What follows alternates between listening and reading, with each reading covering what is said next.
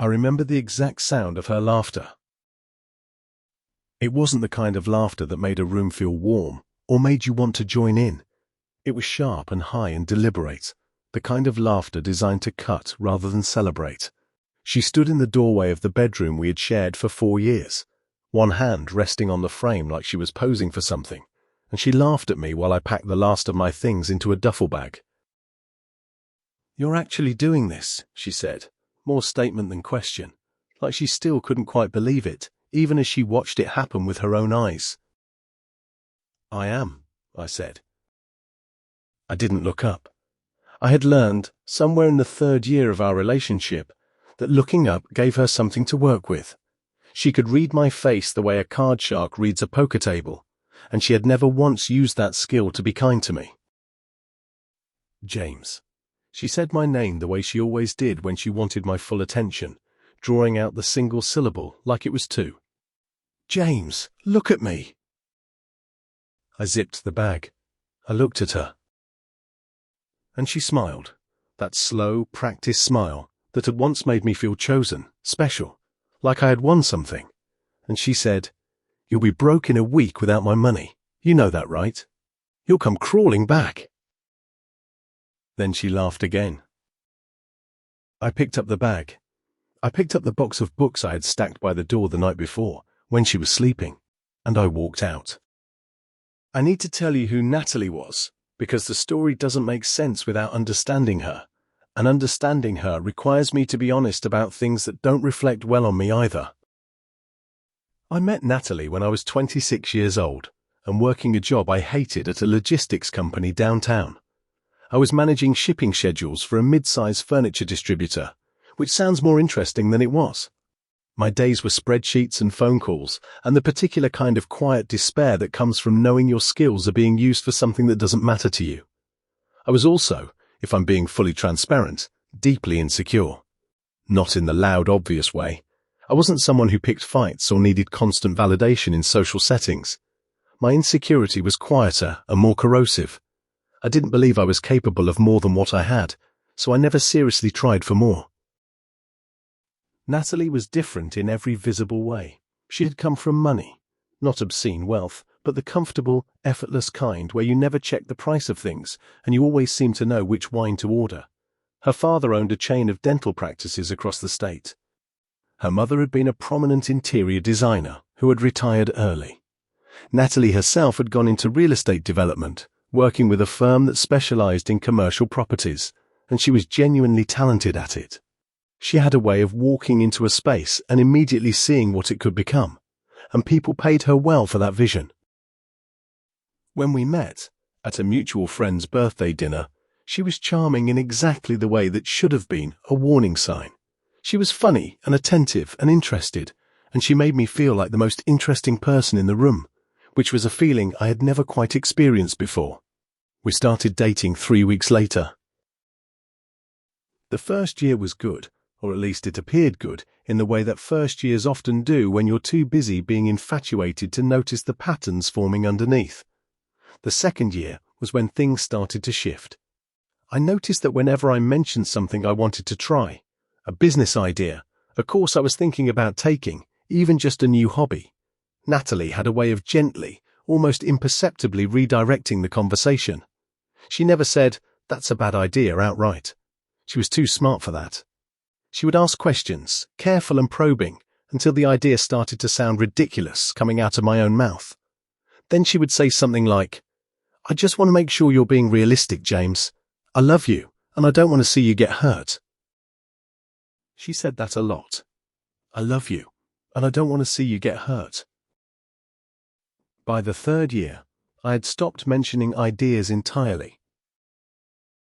I had also, without quite realizing how it happened, become financially dependent on her in ways that felt small individually, but added up to something significant. We had moved into her apartment, the one her father had essentially subsidized, and while I contributed to groceries and some utilities, she paid the rent and the car insurance and most of the vacation costs. When I got a small raise at work, she suggested I save it in case something comes up, and when something did come up, a medical bill, a car repair, She handled it before I could access what I'd set aside. She had a way of being generous that also ensured I never quite got my footing. I don't think she consciously designed it that way.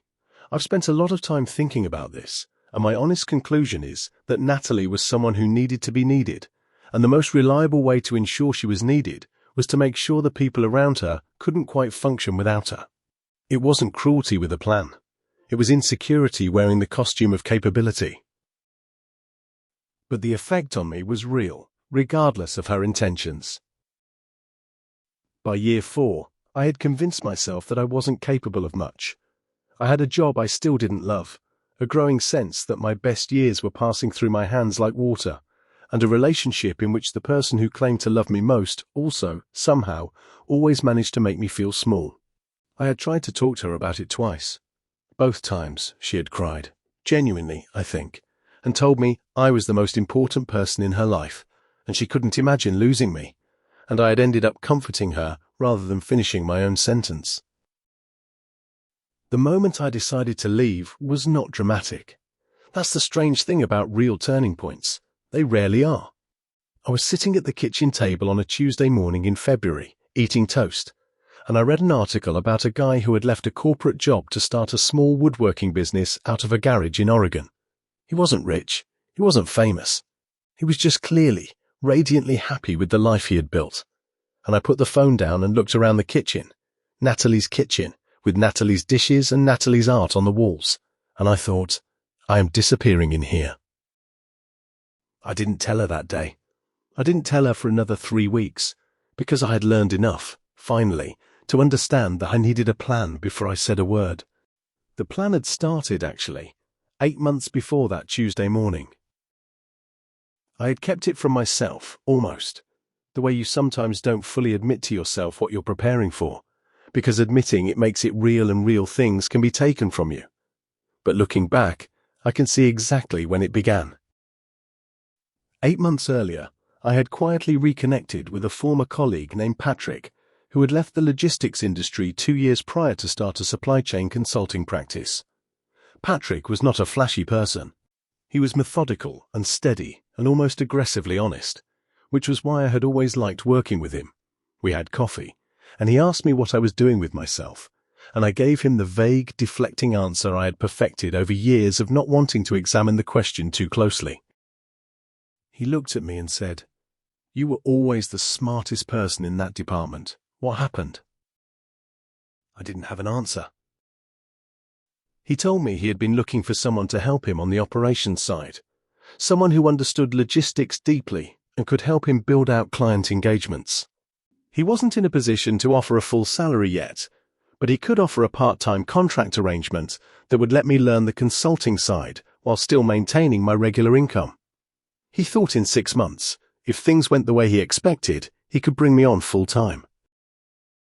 I told him I'd think about it. I thought about it for 3 days. Then I emailed him and said yes.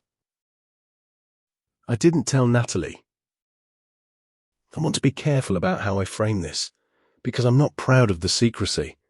But I knew, with a certainty that required no deliberation, that if I told Natalie about Patrick's offer, she would ask careful questions until it sounded like a terrible idea.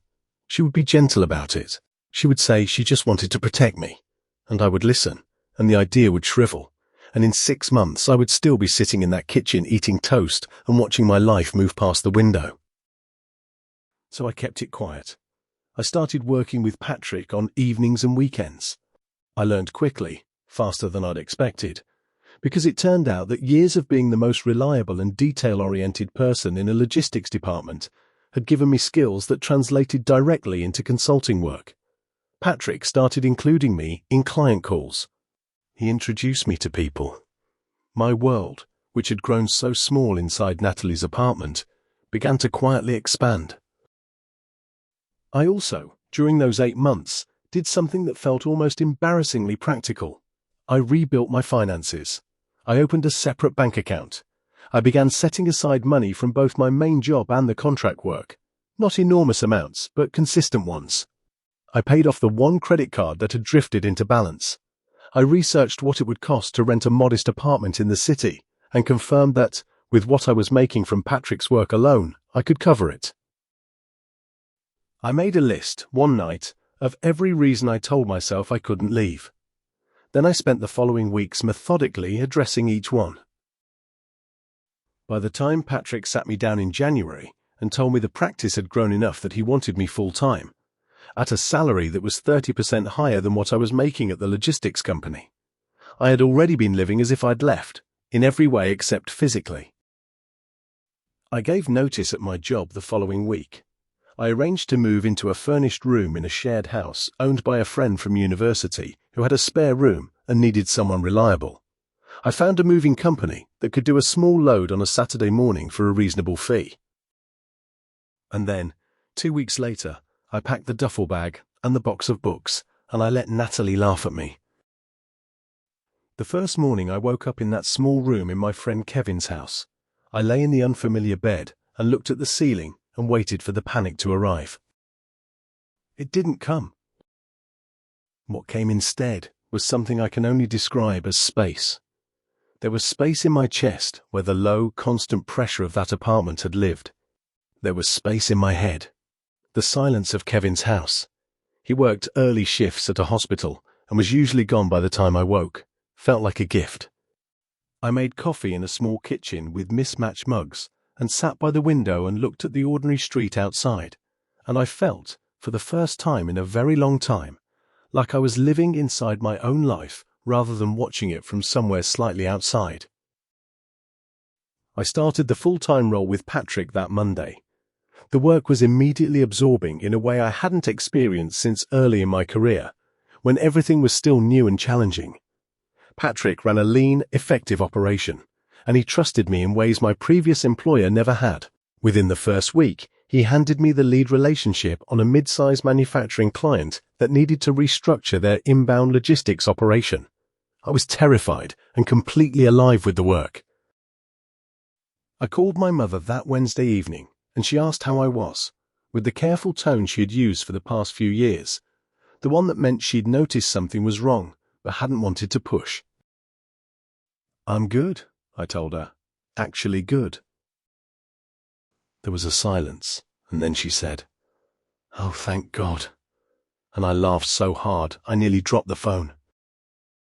On the 5th day after I left, Natalie texted me for the first time.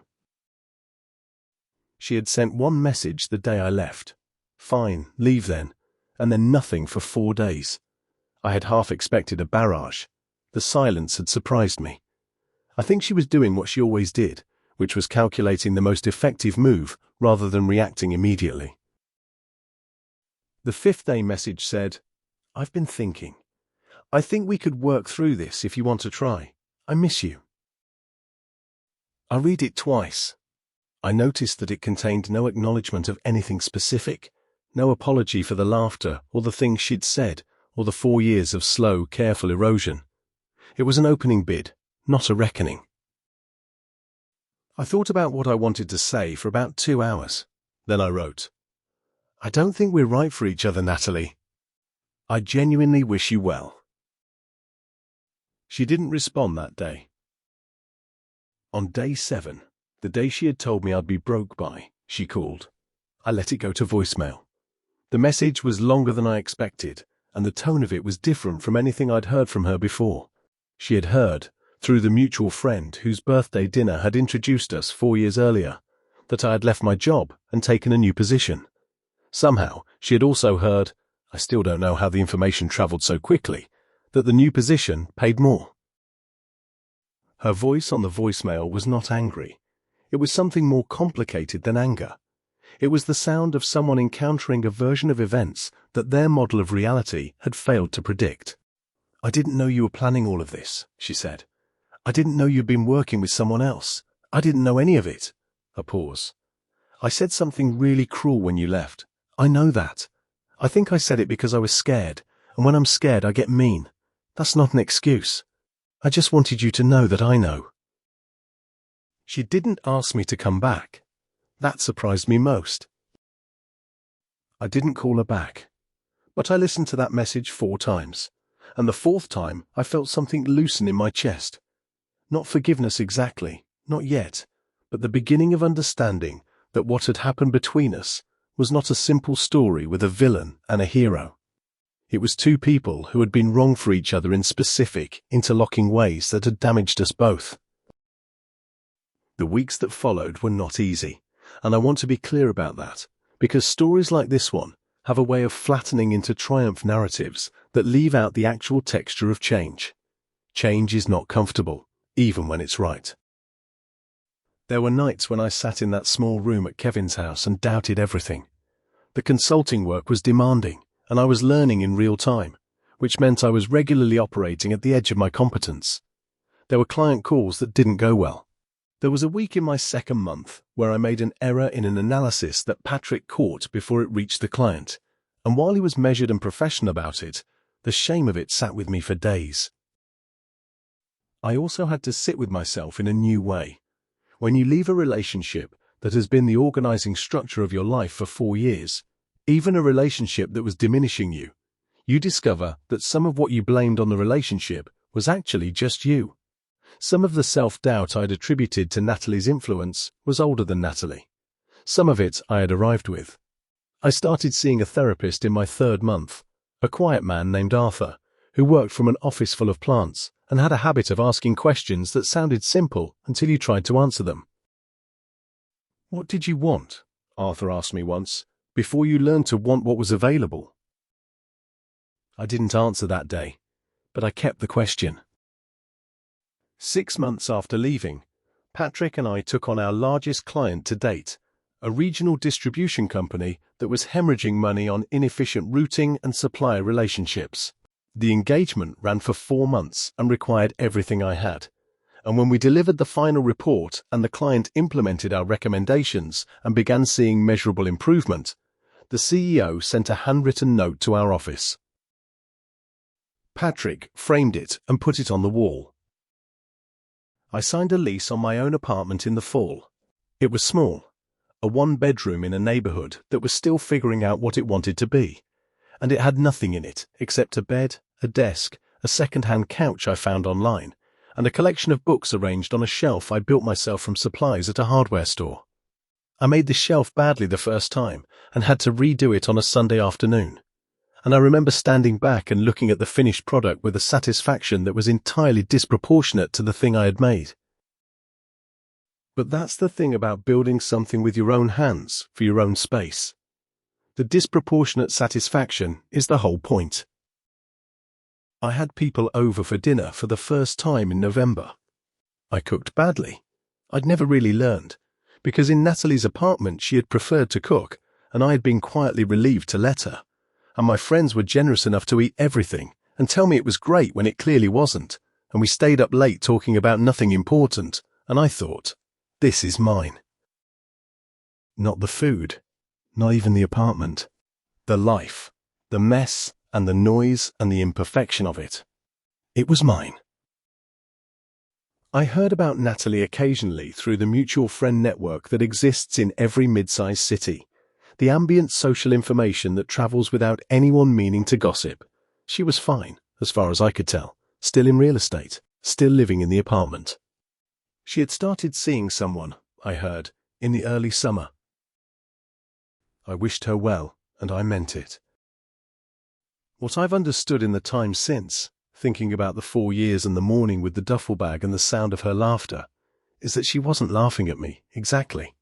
She was laughing at the version of me she had come to know, the one who needed her money, who had let himself be slowly convinced that he was less than he was, who had stopped trying, because trying and failing in front of her had started to feel too costly. That version of me was genuinely less capable than I am. She had helped create him, yes, but I had also consented to him, one small surrender at a time. The person who walked out the door that morning wasn't the person she'd been laughing at. She just didn't know that yet. I've thought many times about what I would say to someone standing where I was standing 8 months before I left, in that kitchen with the toast, reading about a man in Oregon who had built something real with his hands and his nerve. Someone who knows something is wrong but can't quite see the exit. Here's what I know. You don't need to announce what you're planning. You don't need to win the argument or get the last word or prove anything to anyone before you're ready. The most powerful thing I did in those 8 months wasn't dramatic. I didn't confront Natalie. I didn't deliver a speech. I made a phone call. I opened a bank account. I showed up to work on a Tuesday evening when I was tired, because Patrick needed the analysis by Wednesday and because I had promised to deliver it. I built the exit quietly, one small act at a time. And when the day came, all I had to do was walk through it. She told me I'd be broke in a week. On day 7, she was leaving me a voicemail to explain herself. I don't tell that part of the story to feel superior. I tell it because for a long time, in that apartment, I had believed her version of who I was. And there is something worth saying aloud about the moment when you discover that the person who claimed to know you best had made the fundamental error of confusing the person you were becoming with the person you had been. She saw the duffel bag. She saw the box of books. She never saw the 8 months. My 1-year anniversary at the consulting practice passed quietly. Patrick took us. It was still just the 2 of us full-time, plus 2 contractors, out for dinner at a steakhouse downtown, and ordered a bottle of wine that cost more than I would have spent on groceries for 2 weeks in the old days.